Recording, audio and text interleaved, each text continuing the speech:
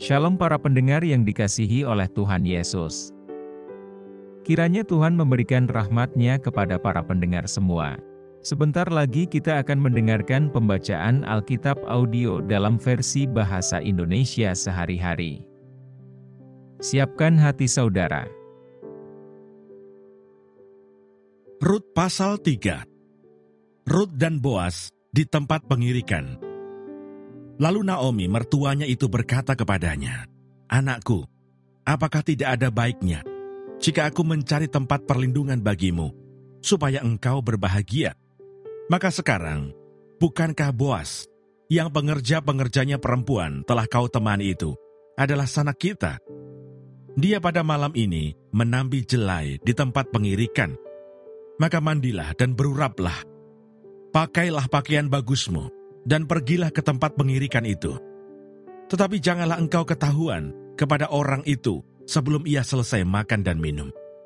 Jika ia membaringkan diri tidur, haruslah engkau perhatikan baik-baik tempat ia berbaring.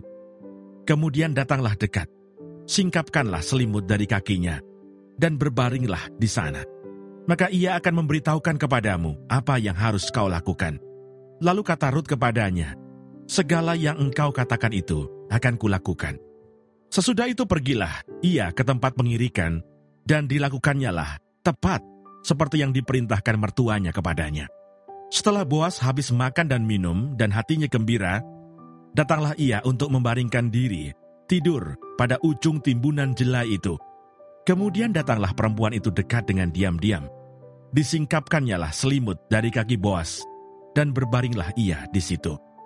Pada waktu tengah malam, dengan terkejut terjagalah orang itu, lalu meraba-raba ke sekelilingnya, dan ternyata ada seorang perempuan berbaring di sebelah kakinya. Bertanyalah ia, "Siapakah engkau ini?" Jawabnya, "Aku Rut hambamu. Kembangkanlah kiranya sayapmu, melindungi hambamu ini, sebab engkaulah seorang kaum yang wajib menebus kami."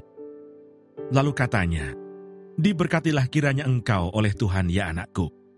Sekarang engkau menunjukkan kasihmu lebih nyata lagi daripada yang pertama kali itu.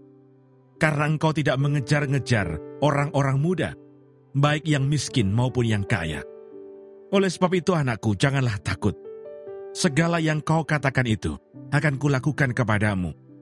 Sebab setiap orang dalam kota kami tahu bahwa engkau seorang perempuan baik-baik.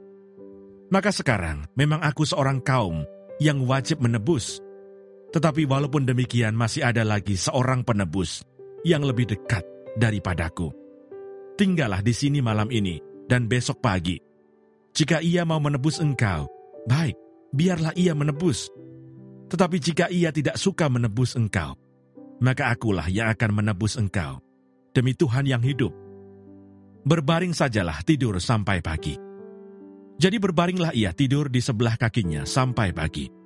Lalu bangunlah ia, sebelum orang dapat kenal mengenal, sebab kata Boas, "Janganlah diketahui orang, bahwa seorang perempuan datang ke tempat pengirikan." Lagi katanya, "Berikanlah selendang yang engkau pakai itu, dan tadahkanlah itu." Lalu ditadahkannya selendang itu. Kemudian ditakarnyalah 6 takar jelai ke dalam selendang itu. Sesudah itu, pergilah Boas ke kota. Setelah perempuan itu sampai kepada mertuanya, berkatalah mertuanya itu, "Bagaimana anakku?" Lalu diceritakannya semua yang dilakukan orang itu kepadanya, serta berkata, "Yang 6 takar jelai ini diberikannya kepadaku, sebab katanya, engkau tidak boleh pulang kepada mertuamu dengan tangan hampa." Lalu kata mertuanya itu, "Duduk sajalah menanti anakku, sampai engkau mengetahui bagaimana kesudahan perkara itu. Sebab orang itu tidak akan berhenti sebelum diselesaikannya perkara itu pada hari ini juga." Terima kasih Bapa di surga untuk firman-Mu hari ini. Berkati kami semua supaya kami mengerti isi hati-Mu. Terima kasih para pendengar semua, kiranya Tuhan memberkati. Dan jangan lupa untuk share dan subscribe.